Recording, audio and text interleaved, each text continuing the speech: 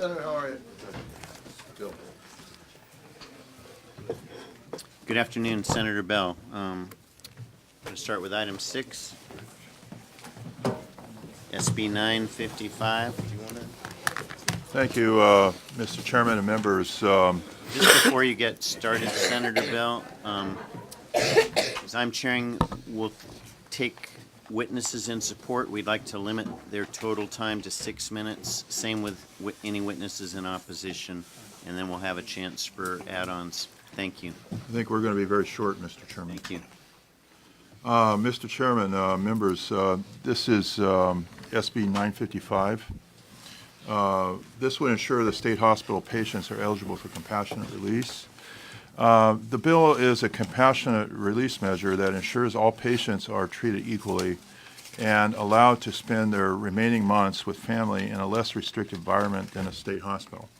Current law for compassionate release for state prison inmates, and that includes state prison inmates who are receiving treatment in state hospitals. However, state hospital patients, such as those who are not guilty by reason of insanity, are not eligible for compassionate release. This creates a situation in which a patient can be in a coma and unable to receive treatment, but they can't be placed in a more palliative care setting closer to their loved ones, as other prison inmates are. SB 955 would create compassionate release program for these other Department of State Hospital patients. Patients who participate in the program would have to meet specific criteria, of course, like no longer posing a risk to society. And petitions for release would have to be approved by the court that committed the patient. This would allow terminally ill patients to live the remainder of their lives in a more humane treatment. Now, additionally, patients released from the Department of State Hospitals are eligible, of course, once they're released, to Medi-Cal, Medicare, Social Security, allowing the state to pursue federal funds for their treatment. It would also allow state hospitals to admit and treat patients who are waiting for placement, and it could benefit for treatment. Bill supported by a number of staffs and interests at our state hospitals who work with the patients every day. Is supported by patient rights organizations. I request an aye vote on this measure. Thank you. We have witnesses.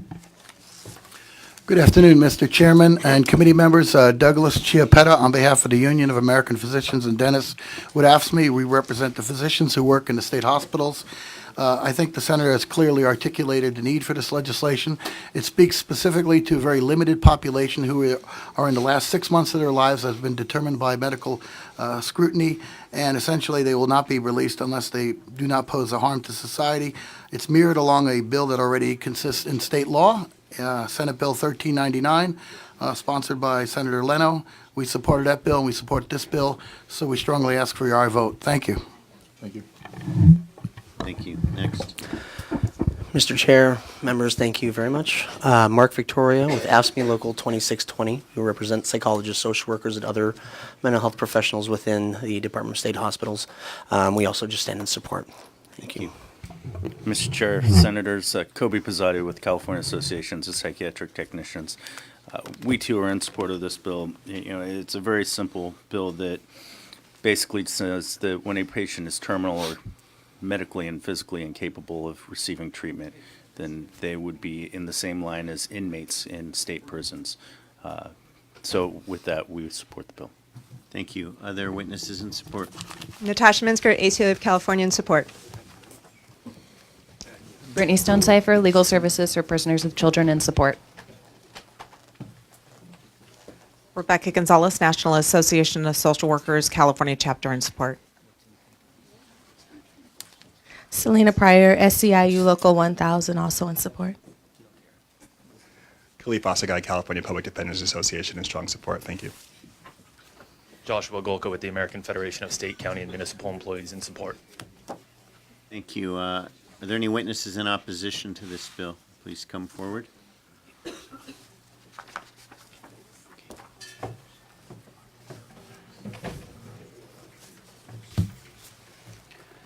Good afternoon, Mr. Chair, members. Marty Varanek on behalf of the California District Attorneys Association. We have some concerns with this bill. Senator Bell were opposed to this measure, which does create a compassionate release procedure for certain categories of individuals involuntarily committed to the Department of State hospitals. Specifically, this measure would apply to those committed for not guilty by reason of insanity and mentally disordered offenders. However, the measure does indicate that DSH can review other categories of involuntary commits for compassionate release. We also have issues with what happens to these persons if they are released, and what their level of supervision will be. While some may have terminal illnesses, not all will be physically incapacitated. Given their many mental health issues, it is important that they be supervised closely if they are released to protect the community. Although the measure states that those released have a discharge plan, the lack of specifics regarding the plan are troubling.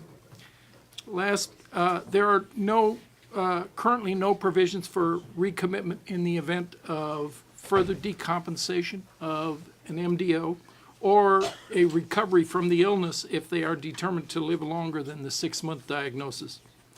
We also feel that a HIPAA waiver and a protective order would be prudent for the provision in 4146 C1, which requires that the medical records of the involuntary commit be shared with the district attorney, public defender, or private attorney for the patient. For these reasons and others as stated in our letter, we remain opposed to this measure. Thank you. Thank you. Other witnesses in opposition?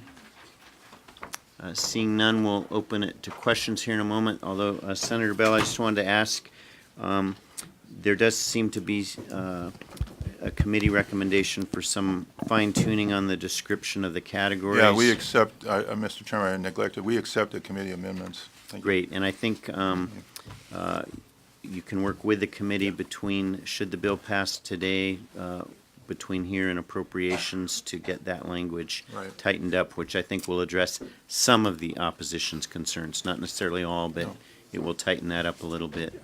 Good, thank you. Committee members, any questions? Happy to move the bill. Great, we have a motion to do pass with a commitment to the amendments to appropriations. Clerk will call the roll, please. Hancock, Anderson, Glazer. Glazer, aye. Leno, Lou, Monning. Aye. Monning, aye. Stone. No. Stone, no. Thank you. Thank you, Senator Bell, and your other bill is on consent calendar, which has already been passed. As amended, yes. What's our next in the queue? Do we have an author here?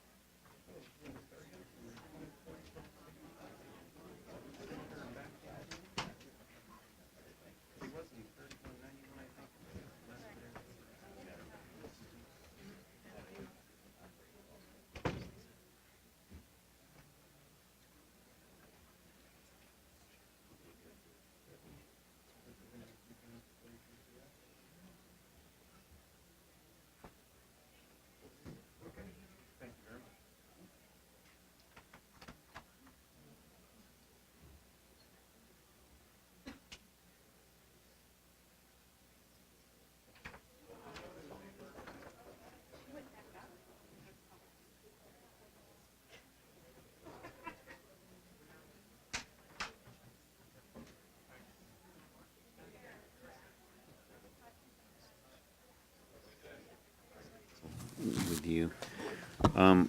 So we are going to move to item 29, SB 1355. This is by committee member Glazer, and we're going in this order to accommodate a witness. So we know that there's some other members ahead in file order, but we do want to accommodate the presence of your witness. So again, it's item 29, Senate Bill 1355. You can begin your presentation. Thank you, Mr. Chairman. Thank you for accommodating me and my witnesses. I know the day has gone longer than expected, and there's a lot of people who have scrambling to make changes in plans, and I appreciate the courtesy you've provided to me. Senate Bill 1355 will expand the DNA collection to 9 misdemeanors upon conviction. After this committee heard Assembly Bill 390 by Assemblyman Cooper last year, there were some questions raised about the process that he had gone through in the Assembly when that bill got to us, which raised some concerns, as well as some other issues surrounding the loss of DNA collection for those 9 crimes that have been reclassified by a recent ballot measure. At the end of that hearing, I asked my staff to contact the Attorney General to look at the data on DNA collection for those 9 affected crimes that had been declassified, decriminalized over the past 3 years. And when that data came back, it left it pretty clear in my mind that the people who were committing those nonviolent crimes were also committing more serious offenses in the course of their life, whereas that DNA collection made a big deal. In fact, when we look back over the last 3 years in which those nonviolent crimes had led to an arrest of a felony, we did find more than 1,396 matches, 1,396 cases in which the DNA had been collected from what is now considered a nonviolent crime had led to the arrest of someone who had committed a violent crime.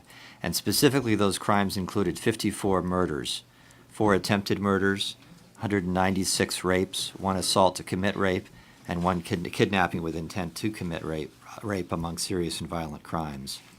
I'm not against maximizing alternatives for low-level crime, but it's also had the unintended consequences of taking away an effective tool used by law enforcement to catch serious and violent offenders, namely the DNA collection for these crimes reclassified from a felony to a misdemeanor. The reforms contained within this bill will keep intact the intent of that previous ballot measure while ensuring law enforcement has the resources necessary to investigate the most serious offenses.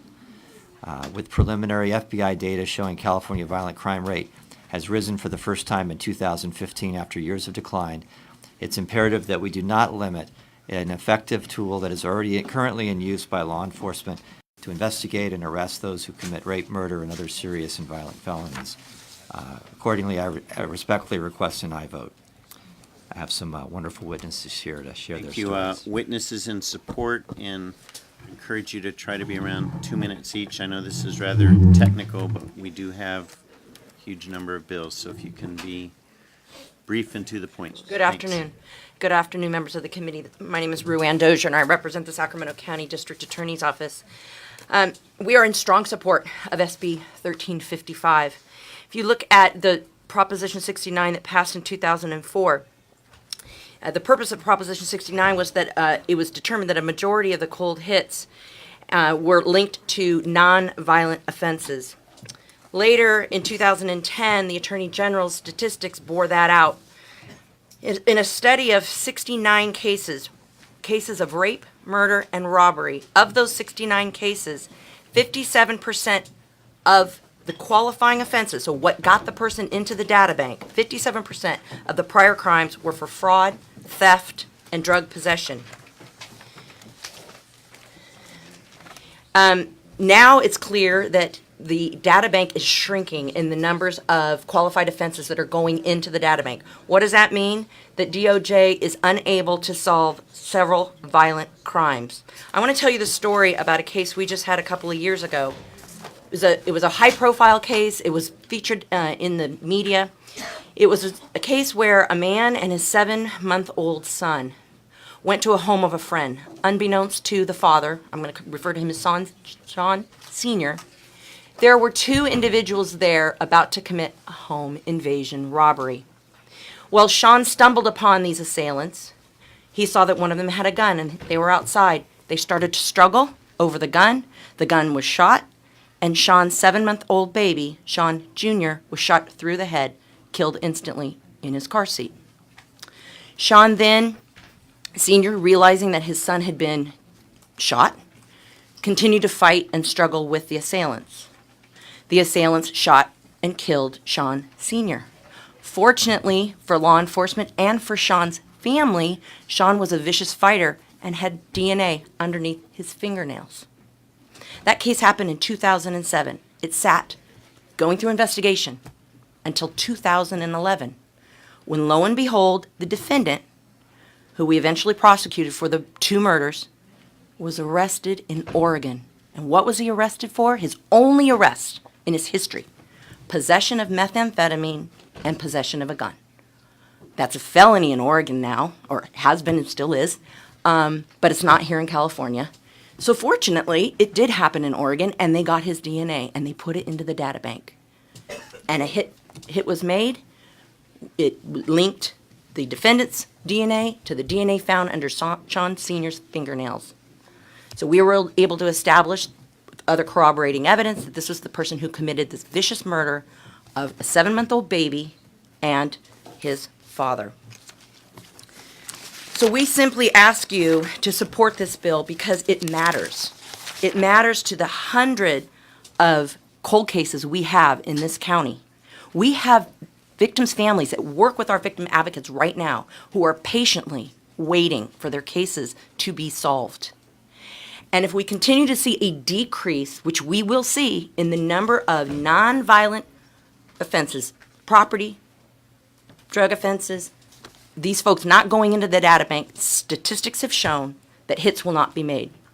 So respectfully, in my office's opinion, a no vote is telling the victims of those killed and raped loved ones that their emotional anguish of waiting for justice is meaningless to anybody who votes no against this bill.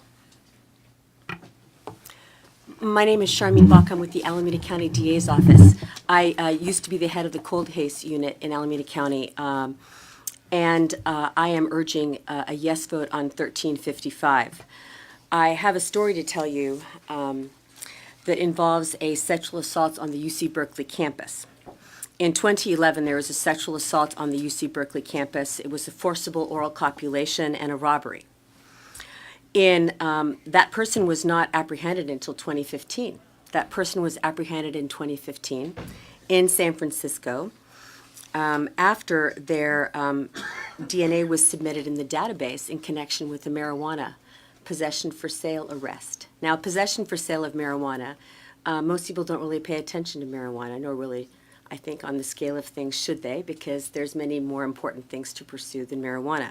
And possession for sale of marijuana, really, it could be the difference between one baggie, between simple possession and possession for sale. But this happened to be possession for sale, so it went into the database. But let me tell you, right after the 2011 sexual assault on the UC Berkeley campus, that same person was arrested for the possession of marijuana, and nothing happened. That same person was arrested for the possession of paraphernalia, and nothing happened. And in 2013, that person was arrested for trespassing on a railroad track. Common perception is that people who commit rapes and murders, serial rapes and murders, the kinds of things that you want to test sexual assault kits for, commit heinous crimes, the kinds of felonies that you want to limit DNA testing to. But that's a misperception. The kinds of things that people do are misdemeanors. Those are the kinds of crimes people commit, petty crimes. Those are the kinds of crimes that, if we test, lead to the serious types of crimes that take the serious criminals off the streets.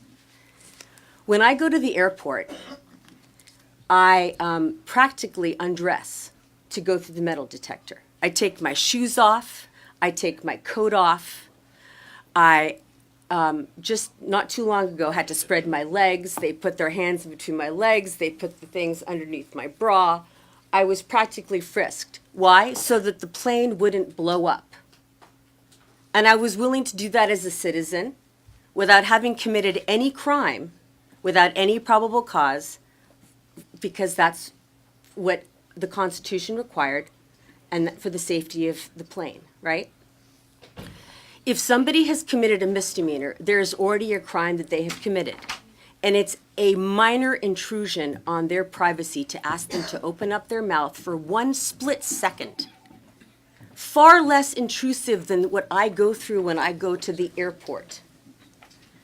To take a quick buccal swab, it takes a second to take a buccal swab. And what would that do? That could save your child from being raped. That could save your mother from being killed. That could save countless of horrible things from happening into our society. And as our legislatures, you are the keepers of our safety. You are the keepers of our of the public good, really. And it's a very small ask that we are asking you to do here by saying, yes, this data proves, and it's a data-driven request that we are asking of you. The data justifies what we're asking. We are asking you to say that in limited circumstances of misdemeanor situations, of misdemeanor convictions, where there is, such as listed here in SB 1355, a buccal swab is warranted based on the data to solve the greater harm of rapes and murders, and to also ensure that the vast number of unsolved murder and rapes in our society are resolved. Thank you. Thank you. Others in support? Oh, sorry, John. That's okay. John Lovell on behalf of the Association for Los Angeles Deputy Sheriffs, the Association of Deputy District Attorneys, California Association of Code Enforcement Officers, California College and University Police Chiefs Association, California Narcotic Officers Association, LA County Professional Peace Officers Association, LA Police Protective League, Riverside Sheriffs Association. This bill is about keeping consistent with the social contract between a society and its crime victims. And that social contract is very simple. You, crime victim, do not take matters into your own hands. We, society, will provide the tools to bring justice. This bill is not about relitigating Prop 47. This bill is about providing the requisite tools so that victims of the crimes that have been enumerated will have that justice. We strongly support this good sense bill. Thank you. Others, please just add. Sure. Sean Hoffman with the California District Attorneys Association, and also on behalf of the California State Sheriffs Association in support. Thank you. Chair and members, Jonathan Feldman on behalf of the California Police Chiefs Association. This is a major priority for us. We'd request your aye vote. Thank you. Are there others in support of the bill? Seeing and hearing none, are there speakers in opposition to the bill?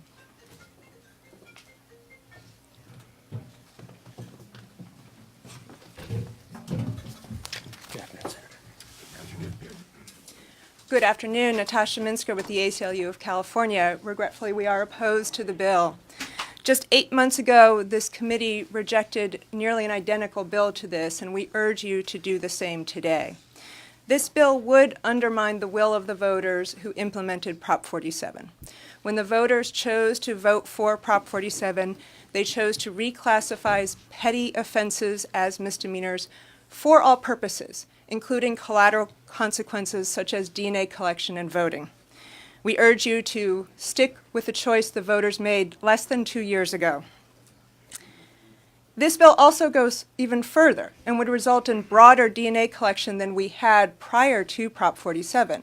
And that's because this bill mandates DNA collection in all misdemeanor cases. Before Prop 47, things like petty theft, when they were charged as misdemeanors, we did not collect DNA in those cases. And this bill actually goes even further and requires DNA collection in every misdemeanor reclassified by Prop 47, even cases where before there was no DNA collection. This bill is well-intentioned, but it is not well-designed to achieve the goal of solving more serious crimes. To do that, we need to spend our resources testing the evidence that is collected at crime scenes. Just last week in this committee, we were discussing the failure to test rape kits, and Senator Stone identified the lack of resources to test the evidence that we collect at crime scenes as one of the major obstacles. Instead of spending our limited resources to process DNA samples for people who shoplift, we should be spending our resources to test the physical evidence we collect at crime scenes, particularly violent crimes like rape. Senator Glazer has provided new data. Unfortunately, that data raises more questions than it answers. The data does not tell us how many of the arrestees had other qualifying offenses. The data shows that these folks had Prop 47 arrests, but it does not tell us if they had other offenses for which their DNA would have been collected.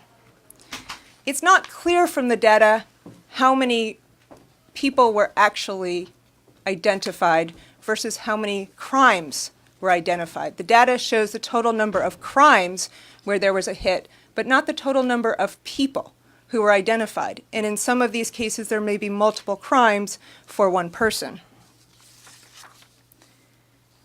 The data doesn't tell us how many of these hits actually resulted in conviction. Hit rates are misleading because it takes much more than a DNA hit to result in conviction. There are mistakes made with DNA hits, and we have no idea from this data how many of these people actually were the true perpetrator who were convicted of these offenses. The data doesn't tell us how many of these crimes were actually solved without DNA evidence. We actually can't tell from the data if some of these people were convicted of these offenses and the hit actually occurred after the conviction. And finally, the data shows that the vast majority of the hits reported here are for property crimes, crimes for which we don't normally collect physical evidence and don't normally test physical evidence. Of the 1,396 hits reported in the data, more than 1,000 are for property crimes. Why would we have hits for crimes like fraud and forgery and being under a controlled substance in this data? It just doesn't make sense because law enforcement doesn't normally collect physical evidence in those cases and run it through the DNA database while rape kits sit on shelves. So really, it is a valiant effort to produce the data, but unfortunately the data just raises questions, and we just don't know what's being reported here. DNA collection is a significant invasion of personal privacy, and we should be very reticent to expand that invasion into the personal privacy of people who are committing petty offenses like shoplifting. Very few states allow DNA collection misdemeanors, almost none in cases like petty theft.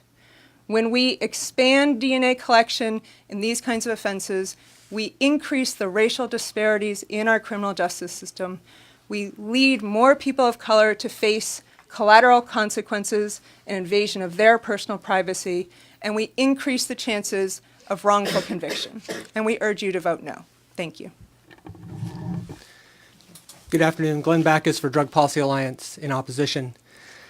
Align myself with the comments of ACLU, but add that government should be very cautious in expanding the collection and using law enforcement powers to compel the giving up of private medical and genetic information.